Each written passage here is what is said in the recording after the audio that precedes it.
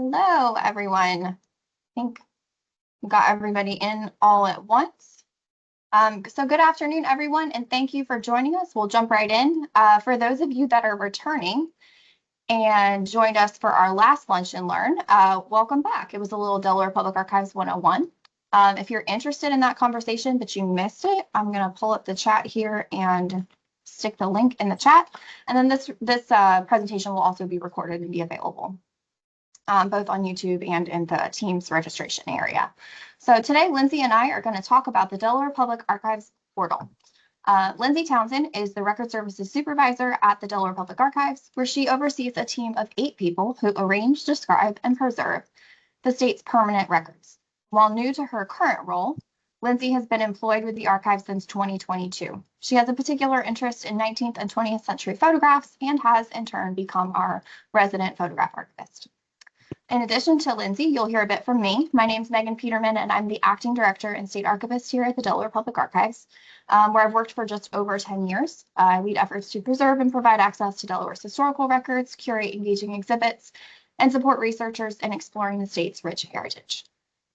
If you happen to have any questions throughout the presentation, feel free to drop them in the chat, and we can answer them at the end. Lindsay will help serve as moderator for that.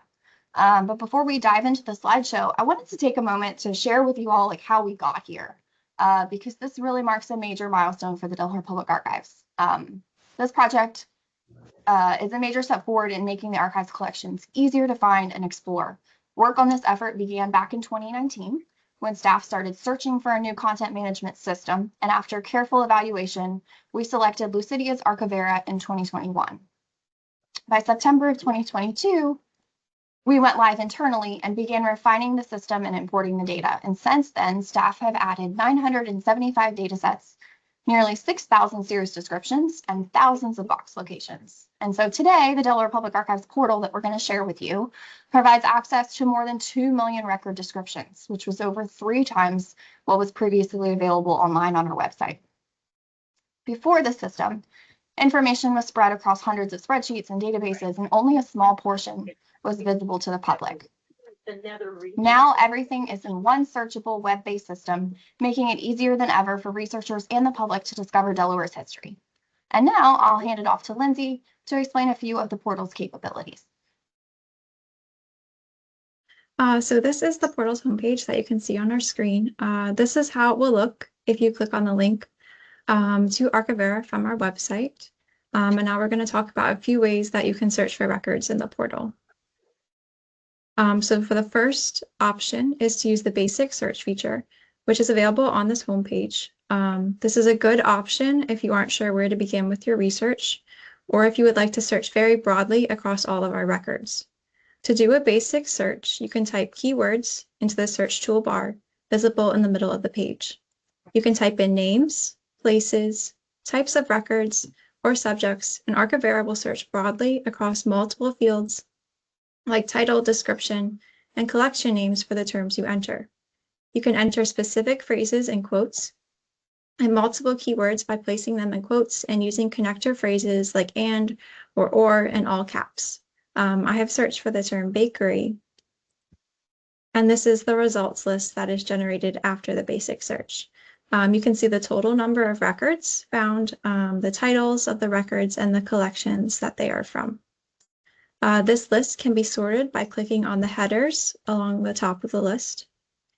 For example, by clicking on series name, I can sort the list by different record series. There's also an option to filter the basic search results by date, level of description, creator, locations, subjects, material type, and whether the material has been digitized or not. These filter categories are available on the left side of the search results list.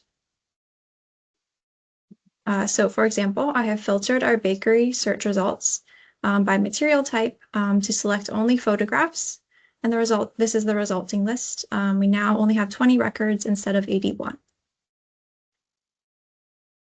If I click on an individual record from that list, it will pull up the record's metadata, which will look similar to this. I then will be able to see further information like dates, where the record is located, and any restrictions governing its access. If a record has been digitized and uploaded to our Content DM page, a link to the record or collection that it is from will also be available on this page. This is available with a link located at the bottom of the record that says Access URL here.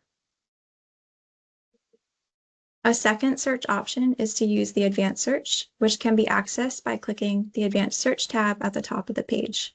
It will pull up a list of search fields, as you can see here. Keywords or search parameters can be added to each of these fields and searched at the same time. For example, I can search by material types, levels of description such as containers or file records, dates, titles, and keywords in the description. If I'm specifically looking for records from a particular state agency, the advanced search can be very helpful. State departments will most often be the record group name for a collection. So if I wanted to find records for the Department of Agriculture, I could search for their name in the record group name field. I would then also recommend setting the record type to series, because this will allow me to see the types of record series under the Department of Agriculture, such as minutes or grant files. State divisions are most often the subgroup name for a record group. So if I'm looking for a particular division's records, such as records from the Delaware Forest Service or State Forestry Department, it can be helpful to put their name in the subgroup name field. Once I've entered the terms I want to search, I can then click the search button at the bottom of the advanced search fields list. Results list will generate at the bottom of the page. For example, this is a results list for records containing the term bakery in the description and the date 1900. This results list can also be sorted, for example, by clicking date from. I can order the results from oldest date to newest, and by clicking again by newest date to oldest. If I click a sorted heading a third time, the sorted field will clear. You can sort multiple fields at the same time. For example, I could sort by date and then by digitized, which can be helpful for narrowing down results. Megan's going to talk about 3 additional search options. So now we're going to take a look at the Browse Collections view. This is a really good place to start if you're exploring rather than searching for something super specific, because you can kind of click through all those letters you see in the alphabet, or you can search much like basic search if you're looking on a particular for a particular grouping of records. Each row here represents a series of records. And so maybe we'll get into this a little bit more in the Q&A, but I wanted to sort of sidebar here and give you a little overview of how our records are structured, because they're in a hierarchy. At the highest level is what the portal refers to as a collection. Internally and in other places, you'll see record group. You should see record group name. And that value has both a number and a name. So for government records, the record group corresponds to the department. For example, the archives is under the Department of State. So the Department of State's number is 1325, and that 1325 equates to the Department of State. For our special collections, like public or privately donated, record groups are primarily either small manuscript collections or private photograph collections, which are the numbers 9200 and 9015, respectively.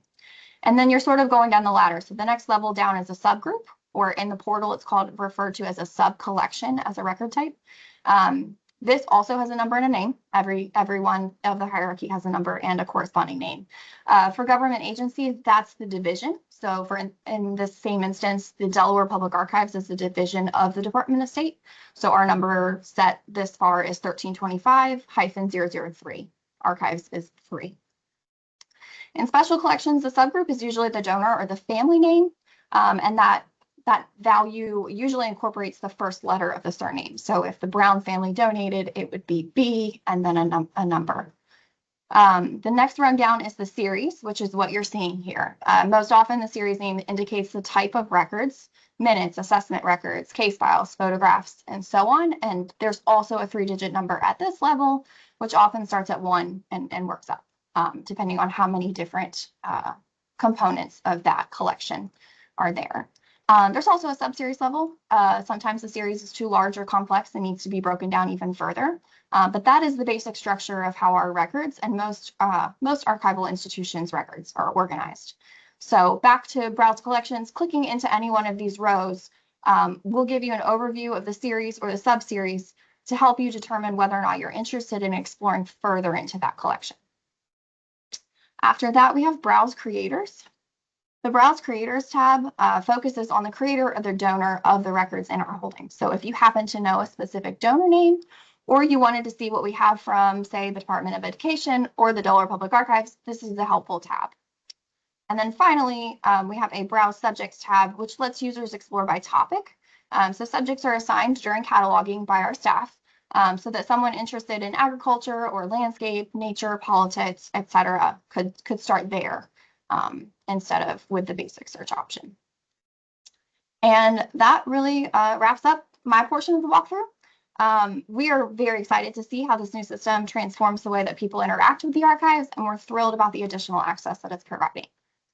All that said, the one thing to keep in mind is that with over 2 million record descriptions, many are pulled together from older, unlinked data sets. We still know there are quite a few quirks and mistakes out there.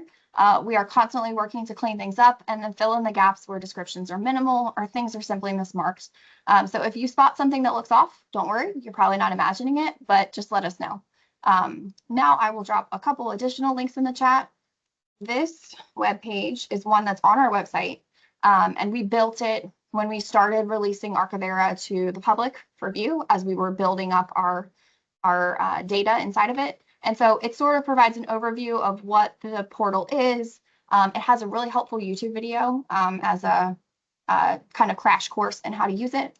And then this right here is the link to the portal itself.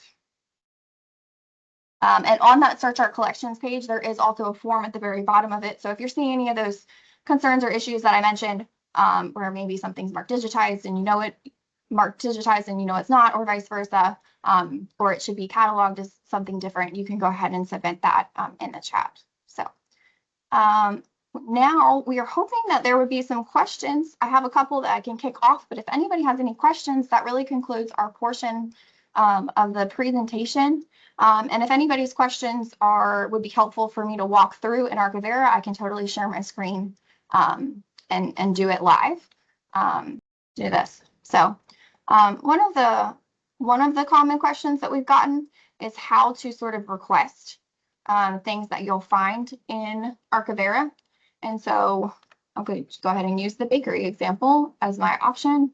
And so if I were interested in this particular file or item about this bakery, I would click on this blue URL button right here.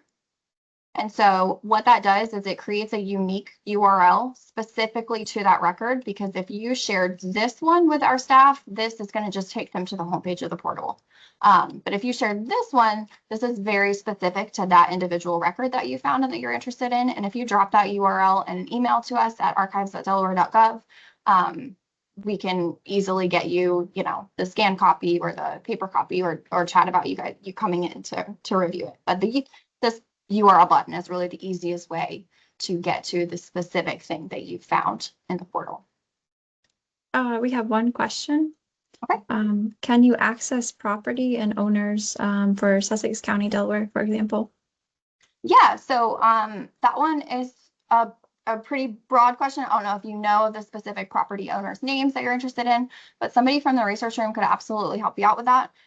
If you email archives.delaware.gov with your specific inquiry, then they can help you out. If you are interested in any particular names, you could search that in the basic search. That's obviously probably going to come up with a fair amount of records. There's over 3,000 records there, and a lot of them are going to be not relevant to what you're interested in. We've got a lot of General Assembly stuff, but you could use this creator piece to sort of narrow down, like this is assessment records, this is planning and inspections. So there's a number of different records that you could, for deed and land records, there's a number of different collections. And so I would always advise to go to the research room or email them, call them, and see what's the best way to get to what you're looking for, because it could be in a number of different collections. Are old maps available? Yes. So I believe on our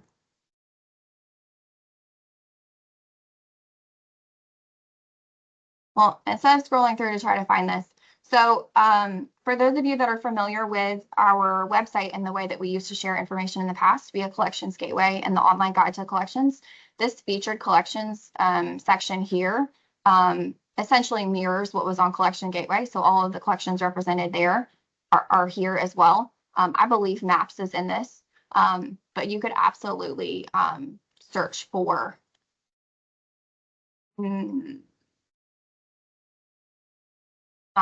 maps and get what you're looking for. Again, maps for us span several different collections depending on the creator or the donor of the map. And so contacting the research room with a specific area that you're interested in would probably be more helpful to guide your search.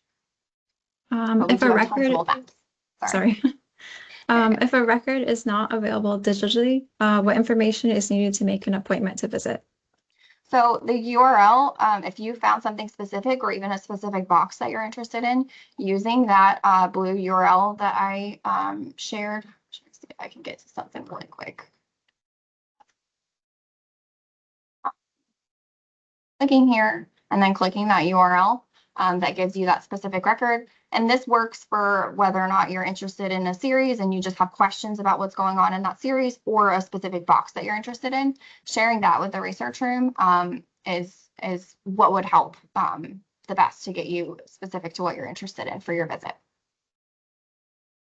And you really just email them. Yes. And let them know like what day and time you're available. And we do still accept walk-ins. We just encourage appointments because it allows the staff to prepare better for your visit and maximize the time that you're here. I'll put the email and phone number in the chat. Thank you.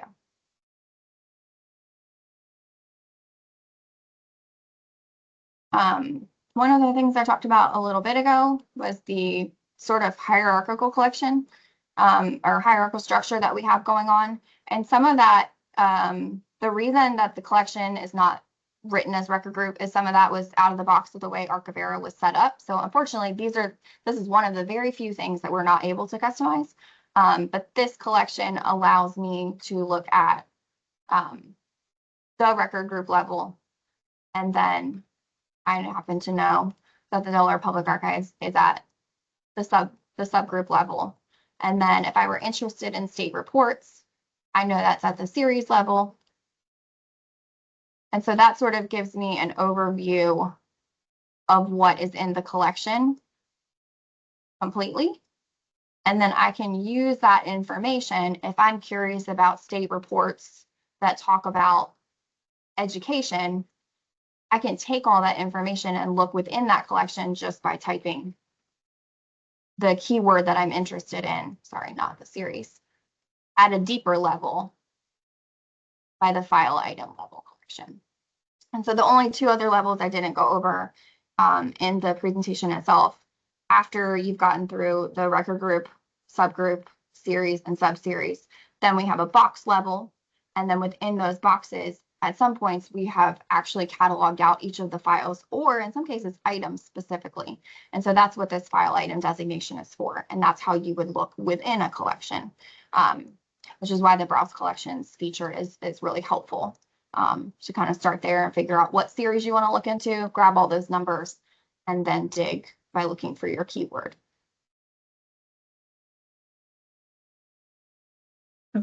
Thank you, Brittany. Okay. Brittany is one of our staff members here, and she just shared 2 portal links for the bigger map collections that we have. And like she said, we do have maps. If someone from the public donated a collection of materials from their grandfather or something and it had a map in it, we leave the map inside of that collection. So it keeps its provenance in like original order. We don't really remove it and put it in a generic map collection, but we inherited some very large, just general map collections.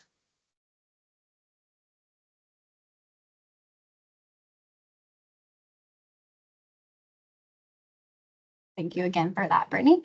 Does anybody else have any questions about the portal? Anything it can do? Lindsay mentioned, I can show you the multi-sort option. So you can sort multiple fields at a time. The first sort will be in ascending order, as she said. The second sort would be in descending order. Now, all of this is still showing 1325, just because that's what I searched here. But if there were multiple record groups represented, that would change. And in fact, if I took that out, you would hopefully see some different, yeah, 9015. And then you could do like a multi-level sort. So if you were interested in sorting the record group number, third choice or third selection of a header will release the sort and take it back to what it was normally. But you could do two at one time if you were interested in going that way. Looks like there's some more. If we have multiple files, do we still need to use the URL method? Multiple files. I mean, if you know those are the specific files you're interested in, I would encourage using the URL method, because it's possible that they would come back with a broader swath of information than what you were specifically interested in. So I think the URL. We are working to develop handling requests inside the system. We're just not quite there yet. There was also a question, do you have to log in or be a member to use this site? You do not have to log in or be a member. You can see that there is the login information right there, but you do not have to log in. Everything that's available in the portal is available to anybody, no matter whether you're logged in or not. Login is for staff purposes. There's a few more, obviously, things that we can do with login.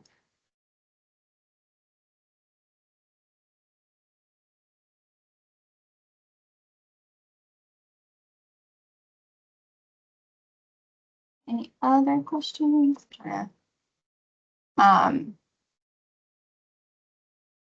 it another minute or so if anybody happens to have any questions, but we are enjoying, I think I can speak for most of the staff, but we are really enjoying this new system. It has, like I said, highlighted a few things that are a little bit more glaring when you're looking at them in this nice, clean, color-coded every other row system. So we are aware of those things and we're working on them, and would love for people to share the things that they find. Or if you're finding that the system works really, really well for you, we'd love to hear that too.